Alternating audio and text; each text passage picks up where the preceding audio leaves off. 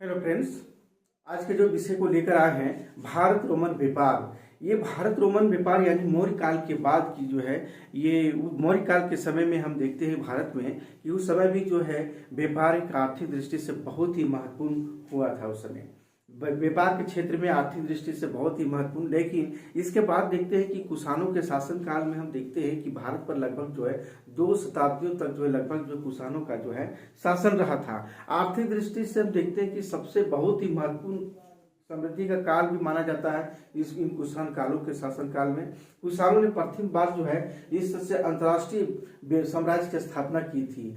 हम देखते हैं कि जो है यानी जिस तरह से कुषाणों का जो है ये हमारा पूरब में हमारा कुषाणों का शासन काल में था, तो हमारा पूरब में जो है चाइना और पश्चिम में पारथिया साम्राज्य था। तो इस समय जो सबसे बड़ी थी कि इस समय जो है आर्थिक जीवन का सबसे बड़ी महत्वपूर्ण विशेषता यही थी कुषाणों के शासनकाल में कि भारत पर जो है मध्य एशिया यानी भारत पर जो है यानी पूरे मध्य एशिया का क्षेत्र और इसके अलावा विश्व के साथ जो है एक घनिष्ठ व्यापारिक संबंध स्थापित किया था कुषाण शासकों ने। यही सबसे बड़ी विशेषता है इनके शासनकाल का।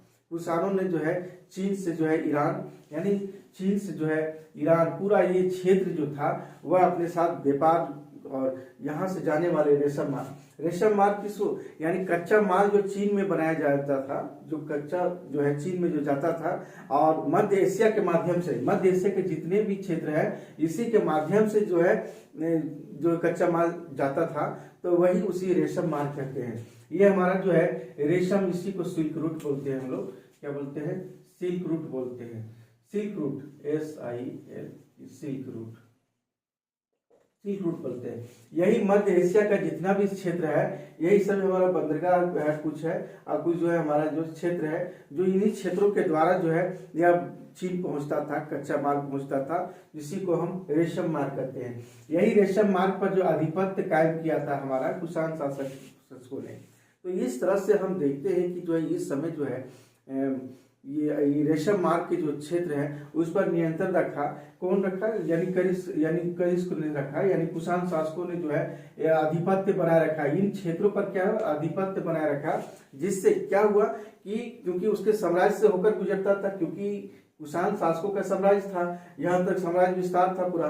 तो कुषाण शासकों ने जो है इससे क्या किया कि ये अपने नियंत्रण पर रखा और उसके साम्राज्य से जो होकर गुजरता था उनकी आमदनी का सबसे बड़ा स्रोत इसी समय था, क्योंकि इससे होने वाला व्यापारी बहुत सारा क्या थे? टैक्स देते थे। क्या देते थे?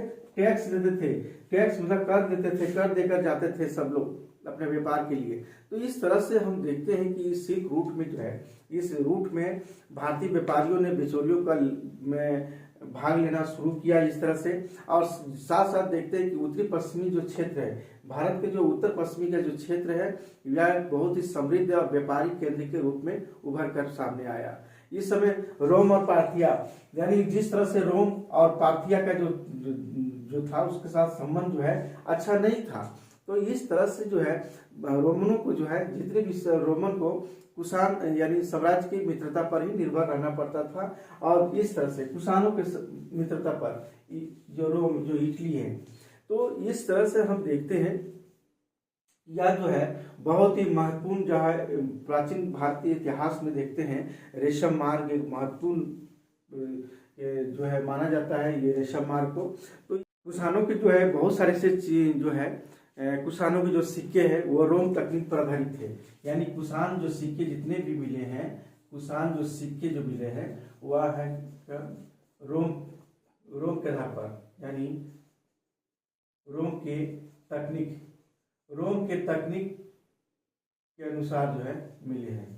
जितने भी रोम के तकनीक के आधार पर ही मिले हैं कुषाण के सिक्के। तो इस तरह से देखते हैं कि जिस भारतीय परंपरा और कला का जो है एक बहुत ही प्रभाव था इस पर, यानी जिस पर भारतीय कला और जो है यानी भारतीय कला एवं परंपरा पर ये प्रभाव था। चीन के साथ व्यापारिक संबंध रखने के लिए रोमनों को जो है कुषाण साम्राज्य के जो है यानी मित्रता पर ही निर्भर रहना पड़ता था। तो इस तरह ऐसी परिस्थितियां थी। भारत के जो व्यापारी जो थे चीन से रेशम खरीद करके, यानी भारत के जितने भी व्यापार थे वह जो है भारत के व्यापारी चीन से रेशम खरीद करके रोम भी भेजता था। ऐसा भी करता कि यहाँ से रेशम खरीद करके रोम भेजता था, यानी इटली भेजता था। तो इस तरह से देखते कि उसके बराबर क्या करता था भारत वाला? सोना जो है करता, सोना प्राप्त करता था।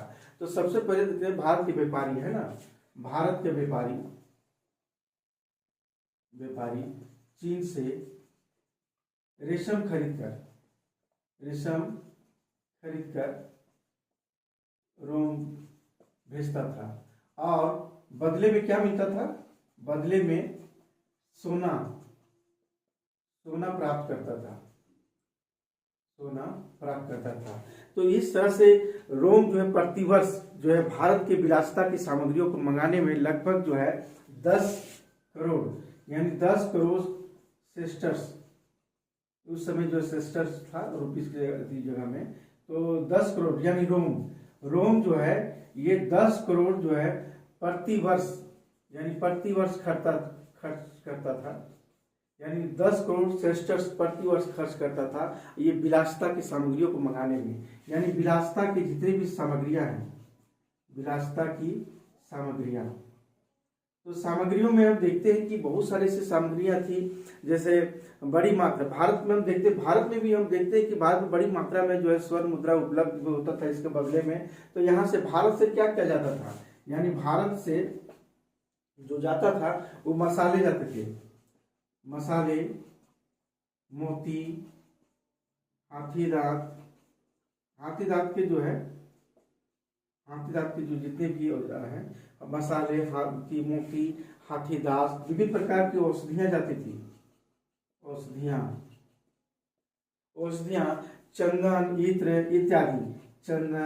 इत्र मतलब बहुत सारे से विलासिता की सामग्रियां भी जाया करती थी। और इसके बदले में देखते हैं कि रोमन युवतियां जो है एक बहुत बड़ा था कि बदले में सोना तो भारत आता ही था, इसके बदले में जो है क्या मिलता था, सोना मिलता था भारत को, यानी भारत को जो है सोना प्राप्त होता था। और देखिए जितने भी रोमन की जो लड़कियां हैं या युवतियां हैं वो भारत के जो मोती है उसके गहने हैं उसके बहुत ही चाव से पहनती थी। यानी भारतीय युवतियां जो है भारतीय मोती यानी रोमन स्त्रियां जो है उसका यूटिलाइज करती थी, बहुत ही चाव से पहनती थी। लेकिन यहाँ देखते महिलाएं जो है एक और देखते हैं कि रोमन की जो स्त्रियां हैं वह मलमल का बहुत ही दीवानी थी, मलमल की दीवानी, जो भारत से जो मलमल जो जाता था वह रोमन की जो महिलाएं जो है बहुत ही चाव से पहनती थी, तो बहुत दीवानी थी। स्ट्रेबो ने के अनुसार जो है रोमन सम्राट अगस्टस के दरबार में एक भारतीय जो है सम्राट संभवतः माना जाता है कि पोरस ने अपने एक दूत मंडल भेजा था, लेकिन वहीं देखते हैं कि मार्ग की कठिनाइयों के कारण जो है मात्र जो है 3 व्यक्ति ही वहां पहुंचे थे, जो एक साथ एक जो है भुजाहीन एक व्यक्ति एक सांप और कछुए लेकर आया था। तो कुषाणों के पास हम देखते हैं कि उस समय जो है भारी मात्रा में जो है भंडार था, जिसे उन्होंने मध्य एशिया के जो अल्ताई पहाड़ियों एवं रोम से ही प्राप्त किया था। तो इस तरह से देखते हैं कि जो है सिक्कों का वजन उस समय जो है 123 से लेकर 123 से 24 ग्रेन हुआ करता था। उनका सिक्का जो सोना का जो मिलता था वह जो है 123 से 124 ग्रेन का होता था। और स्वर्ण की जो मात्रा कितना था उसमें यानी स्वर्ण की मात्रा 92% था, 92% था स्वर्ण का। सब वस्त्रों का भी जो है सभी का जो है नाम का कुछ अलग अलग था। तो इस तरह से जो है ये व्यापार का जो था हमारा जितना भी सारा व्यापार का ये बंदरगाह है, बंदरगाह के द्वारा ही जो है सारा यह व्यापार हुआ करता था। तो इस तरह से हम देखते हैं कि मदुरा, कावेरी, तगर हमारा जो है यहाँ से लेकर जो महेशमती, पैठन, उज्जैन और ये भरूच, ये सब क्या था, ये हमारा बंदरगाह के था जो आंतरिक रूप से और बाह्य रूप से इसका जो व्यापार था। तो देखते हैं कि जो है यहाँ से भी महेशमती से मथुरा जो है कौशाम्बी, काशी, पाटलिपुत्र, ताम्रलिप्ति जिसको बंगाल हम लोग बोलते हैं, तो मथुरा से जो है पेशावर जो है पूरी तरह से जो जुड़ा हुआ था। और ये साकल, तहसीला, काबुल, तो ये क्षेत्र है हमारा उत्तर पश्चिम क्षेत्र का। लेकिन यही देखते हैं कि ईरान का कुछ क्षेत्र है, जैसे हमारा जो है बारबरिकम जो है बंदरगाह है और ये बहुत ही प्रसिद्ध बंदरगाह था हमारा बारबरिकम, रेमेसिये, करमना, एकवतना, मकसद, ये सब क्या है हमारा जो है बंदरगाह के रूप में जो स्थल है जो है देखने को मिलता है ये सब। तो मर्जियाना, बैक्ट्रिया, ताशकंद, और इधर से हमारा चाइना जाता था। इधर से हमारा भी था दसवीं, पेट्रा, लाल सागर, मुजा, सुकोत्रा द्वीप होते हुए, क्योंकि बगल में जो है हमारा क्या है, मिस्र है। तो मस्कट सऊदी अरब ये क्षेत्र एरिया है। तो यहाँ से जो है एक रूट ये था, और एक काला सागर और कैस्पियन सागर और अरब सागर से होते हुए इन क्षेत्रों में जाया करता था। और एक क्षेत्र ये भी हुआ करता था, और एक क्षेत्र ये हमारा क्या है, सब रेशम मार्ग, क्योंकि मौर्य काल के समय में प्रसिद्ध जो व्यापार चलती थी। लेकिन ये कुषाणों के शासन काल में जो व्यापार एक अंतर्राष्ट्रीय जो है के रूप में जो रूप ले लिया था। इसकी सबसे बड़ी विशेषता यही थी। लेकिन हम देखते हैं कि जो है इस समय जो है जो सिक्के जो मिलते थे, वो सिक्के जो है बहुत ही प्रसिद्ध हुआ करते थे। जैसे सिक्के के अलावा हम देखते हैं चीन से देसी रेशम वस्त्रों को कहा जाता था। जो देसी जो रेशम हुआ करता था उसको हम लोग क्या बोलते थे, दुकुल बोला जाता था। दुकुल बोला जाता था। इसके साथ साथ हम देखते हैं कि जो है काशी का एक बहुत ही प्रसिद्ध है, काशी हमारा जो है, काशी का प्रसिद्ध खोसे के नाम से बहुत ही फेमस है। काशी का जो है जो वस्त्र है वो बहुत ही रेशमी वस्त्र वहाँ का बहुत ही प्रसिद्ध है काशी का। इसी तरह हम देखते हैं कि सन से बना कपड़ा क्या कहा जाता था, सन से बना कपड़ा को क्या कहा जाता था, सनम कहा जाता था।